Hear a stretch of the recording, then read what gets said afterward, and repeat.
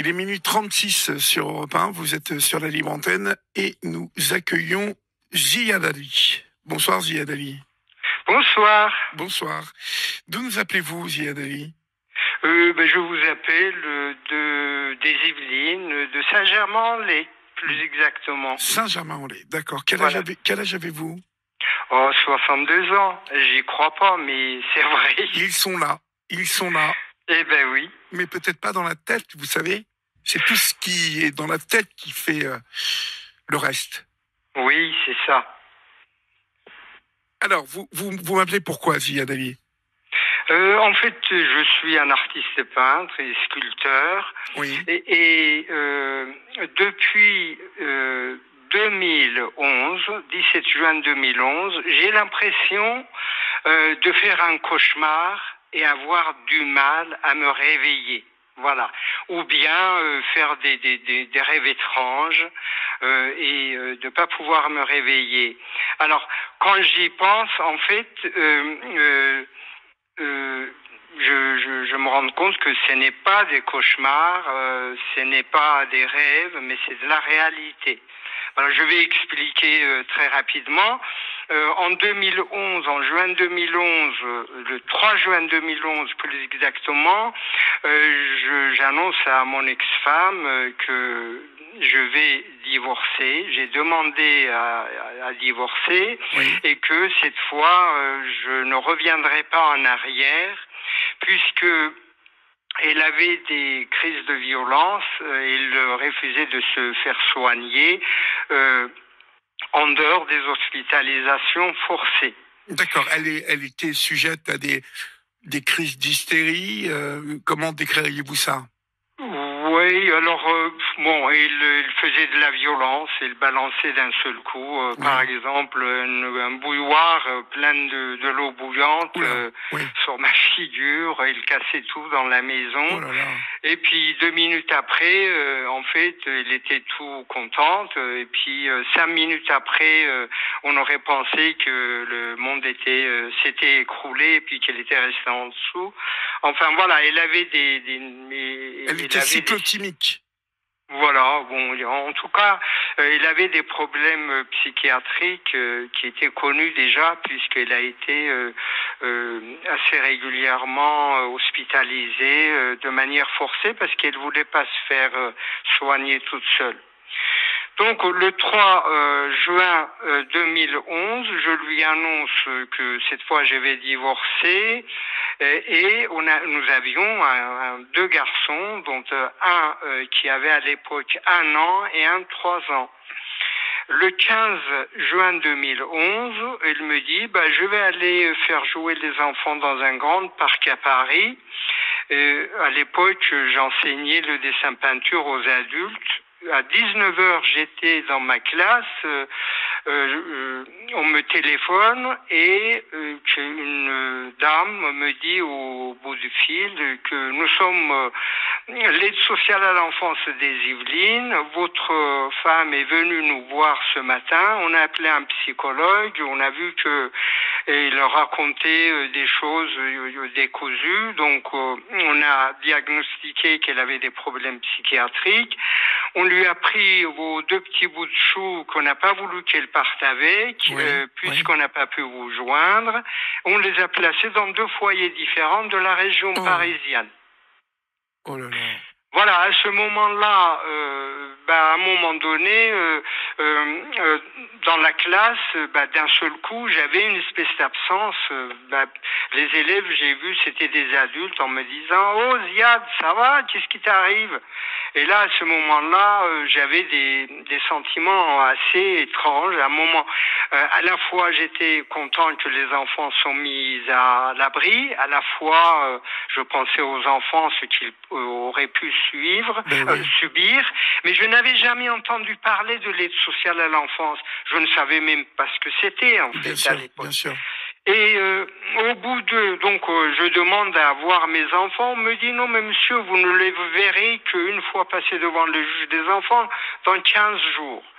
Au bout de 15 jours, on passe devant les juges des enfants et là, j'apprends que le jour où mon ex-femme est partie avec les enfants, elle a déposé 2 plaintes contre moi et que ce sont ces plaintes-là qui ont été à l'origine des placements. En fait, le juge des enfants écrit dans son ordonnance, je place les enfants pour 6 mois, d'une, en raison des problèmes psychiatriques de la mère, et de deux, en raison des enquêtes en cours à l'égard du père. En septembre 2011, tous les enquêtes et expertises me mettent hors de cause. Et les 2 plaintes de mon ex-femme sont classées sans suite. Ouais. Ensuite, la cour d'appel confirme les classements sans suite. Ensuite, il se porte, en fait, mes contradicteurs se portent, partie civile, et il y a une non-lieu définitif de tous les plaintes. En avril 2012, un juge des enfants ordonne les retours des enfants chez le père, et nous sommes aujourd'hui, donc en juin 2022, non seulement mes garçons ne sont toujours pas à la maison, mais aussi depuis 2015, je n'ai eu aucun droit de visite à aucun de mes 2 garçons. Je n'ai aucun problème social, aucun problème de santé et aucun problème de justice, malgré des dizaines de plaintes contre moi par les services de l'ASE, donc depuis 2011. Voilà, alors pourquoi je ne vois pas mes enfants depuis 7 ans? C'est parce que en 2017, les services de l'aide sociale à l'enfance, pardonnez-moi, en fait, il y a l'aide sociale à l'enfance des Yvelines qui se trouve à Versailles, mais ils ont des sous-traitants qui sont en Normandie, c'est l'accueil familial de Normandie, on appelle aussi UFSE de l'Aigle, la ville de l'Aigle, qui en 2015 m'a reproché d'avoir pris des photos de souvenirs de mes 2 garçons sans leur demander de sourire. Donc, il paraît sur les photos tristes, et cela peut porter préjudice à l'image de l'association et de l'aide sociale à l'enfance. Alors, si je vous disais ça comme ça, en fait, vous auriez tout à fait, parfaitement le droit de me prendre pour un mythomane, sauf que j'ai enregistré notre entretien avec l'aide sociale à l'enfance, dans laquelle ils me disent toutes ces choses-là, et que ces enregistrements a fait l'objet d'une vidéo qui est sur ma chaîne YouTube, Zia Espace Dali, voilà, où il y a environ 35 je crois, ou 40 vidéos là-dessus, notamment... Répétez-moi l'adresse de votre chaîne. Alors, mon prénom, c'est Zia Dali, Z-I-Y-A-D-A-L-I. Oui. Eh bien, ma chaîne YouTube, j'ai séparé Zia et Dali. D'accord. Ça fait Zia, plus loin Dali, YouTube. D'accord, c'est facile à trouver, en tout cas. Ah oui, c'est très facile, c'est très bien référencé, parce qu'il y a de nombreuses audiences des juges des enfants. Que vous avez enregistré? Que j'ai enregistré, et que j'en ai fait des vidéos, j'ai mis sur ma chaîne YouTube, donc pour lesquelles j'ai été jugé. Une première fois, j'ai été jugé en 2021, oui. Pour laquelle j'ai été condamné à 500 € en sursis, que j'avais dit j'allais faire appel, mais en même temps, j'ai été en fait mis en conflit avec la banque BNP et la CAF des Yvelines, qui avait prélevé de l'argent sur mon compte. Si je vous parle aussi de ça, ça va être long. Oui, mais ça en a rien à voir réalité, avec les enfants, ça, la banque BNP. Ah si, puisque en fait, en réalité, la mère de mes enfants les a fait placer à l'ASE en 2011, le 17 juin 2011. Et elle a toujours demandé les renouvellements de leur placement et elle ne les a jamais eus à sa charge. Mais malgré tout, depuis 2011, la CAF des Yvelines prélève 180 euros par mois sur mon salaire pour entretien et éducation de mes 2 garçons en faveur de la mère. Et ça, donc voilà, c'est pour cela que moi, la CAF des Yvelines et puis un huissier qui a été visiblement missionné par la CAF des Yvelines, ont prélevé jusqu'à 800 euros par mois sur mon compte bancaire BNP Paribas de Saint-Germain et ils m'ont créé jusqu'à 8 000 euros de dette et puis mis en conflit avec la banque pour lesquels j'ai porté plainte au tribunal d'instance et la justice m'a donné raison. Mais la CAF des Yvelines continue quand même à garder l'argent qu'elle a prélevé pour entretien et éducation de mes enfants en faveur de la mère. Mais la mère ne les a pas, donc je ne comprends pas pourquoi il vous ponctionne ça. Elle ne les a pas. Alors là, pourquoi elle ponctionne, c'est pour cela que je me pose aussi beaucoup de questions. C'est pour cela que j'ai fait des vidéos dans lesquelles des vidéos et d'autres communications dans lesquelles je prétends que en France il y a un réseau de trafic d'enfants qui est organisé au sein de l'ASE, comme on en a découvert en Italie, où il y a une trentaine de juges, d'avocats, de psychiatres qui ont été mis en examen, qui sont mis en examen depuis 2018. Ah bon? Donc en France, moi j'ai trouvé, par exemple en Italie, on disait que des psychiatres, des services de l'ASE et des psychologues faisaient faire des dessins à l'enfant et ensuite il les traduisait à une manière qui accablait les parents et qu'il plaçait les enfants et les vendait à des familles d'accueil. J'ai trouvé des dessins du même type dans le dossier de mes enfants qui m'ont été remis par un juge d'instruction sur un CD en 2019. Ça veut dire tout le dossier de mes enfants entre 2011 et 2019 m'a été remis par un juge d'instruction. D'ailleurs, je l'ai résumé en 300 pages que j'ai relié et que j'ai distribué dans toutes les administrations. Voilà. Alors, si je pars dans ce sens-là, on va pas s'y retrouver puisque l'histoire, c'est une histoire de 11 années de combats judiciaires et puis autres.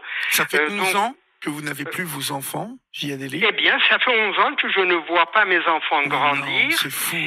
Et ça fait 7 ans que je n'ai eu aucun droit de visite à aucun de mes 2 garçons et que je n'ai aucun problème social, aucun problème de santé et aucun problème de justice. J'ai la vie d'un Français moyen, voire au-dessus, et très confortable. Et ben voilà. Et je ne vois pas mes enfants. C'est fou. Voilà.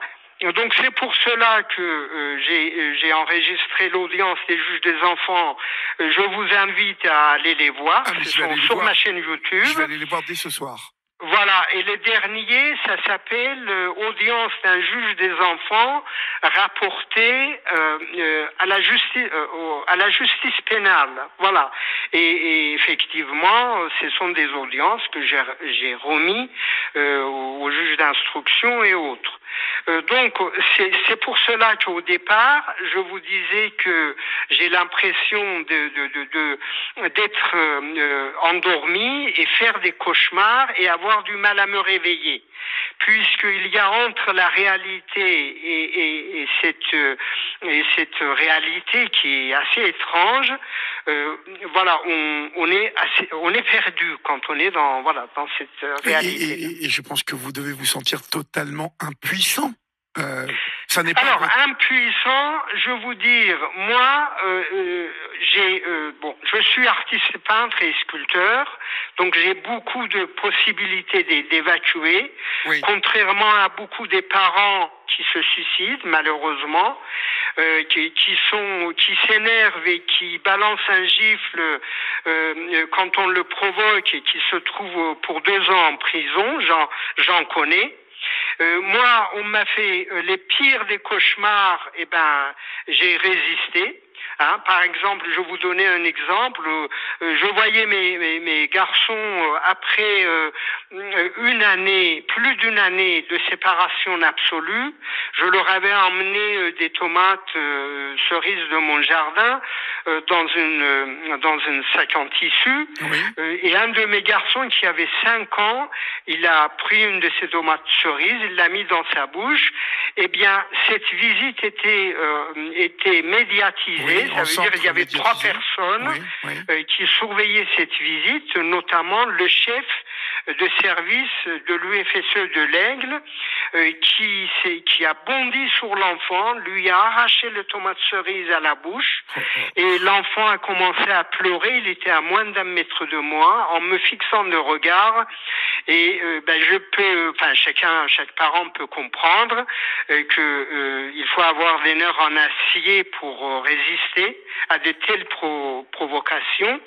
Donc j'ai résisté. Malgré tout, j'ai fait un rapport au juge des enfants dans laquelle j'écrivais que madame, avec son nom, une personne d'environ 120 kilos se jeta sur l'enfant, lui arrachant le tomate cerise à la bouche.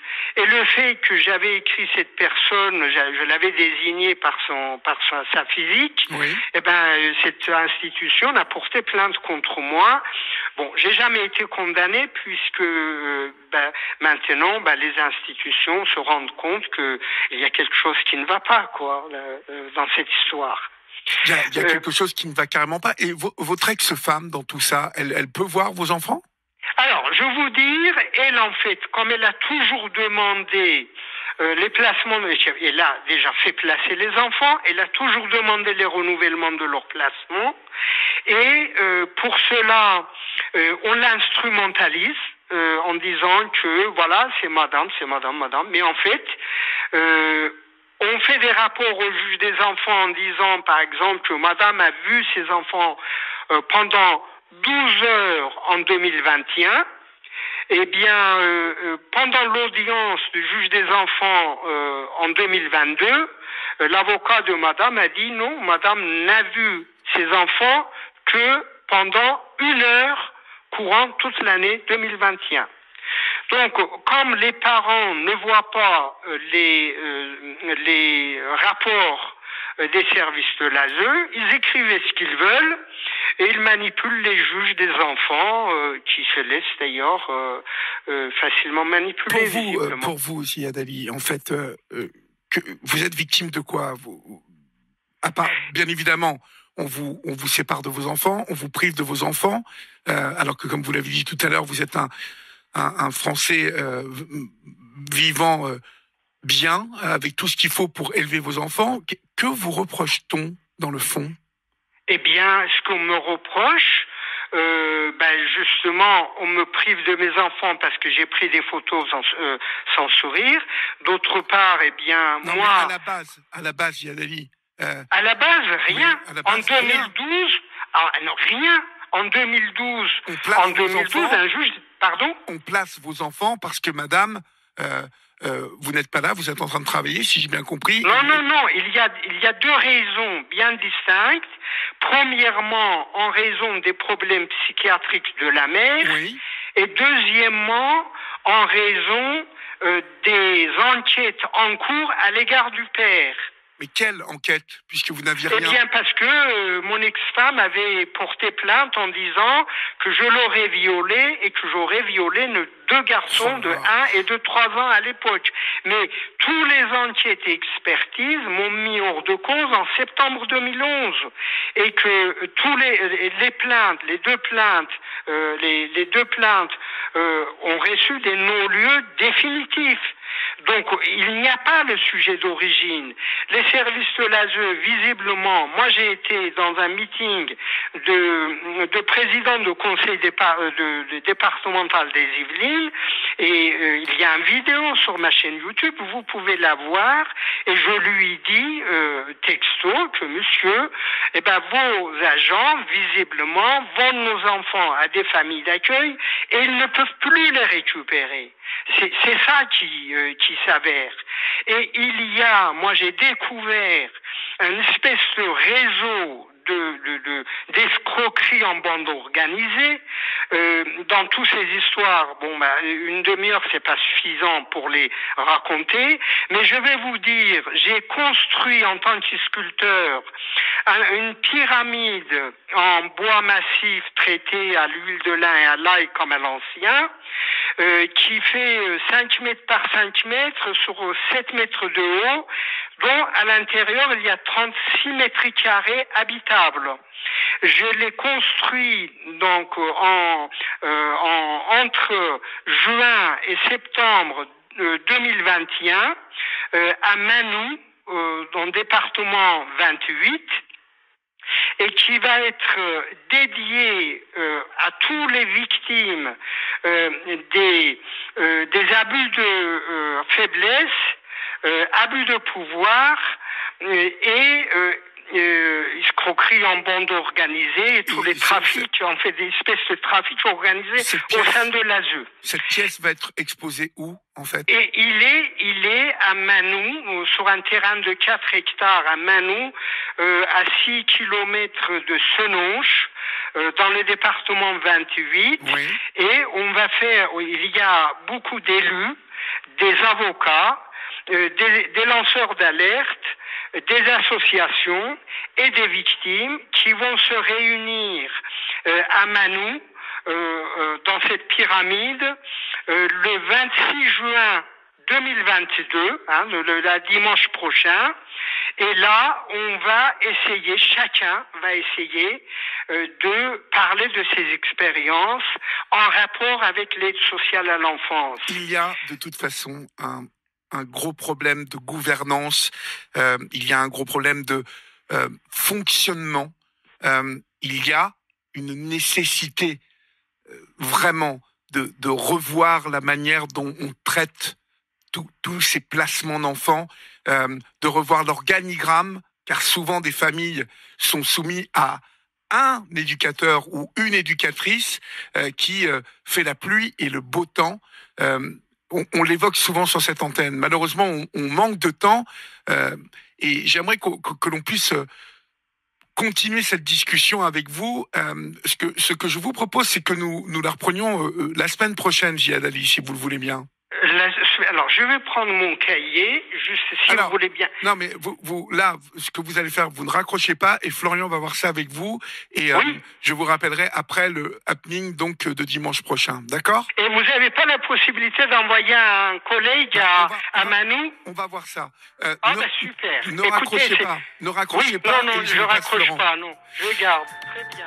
Chers amis, c'est la fin de votre libre antenne. Bien évidemment, on vous donnera des nouvelles de cette manifestation parce qu'on va suivre ça de très près, parce que c'est du sérieux. Je vous souhaite une bonne nuit, faites de beaux rêves. Je suis obligé de vous quitter très vite car je dois rendre à 1h pile. N'oubliez pas qu'ici on vous aime. On se retrouve demain à 22h30. Salut.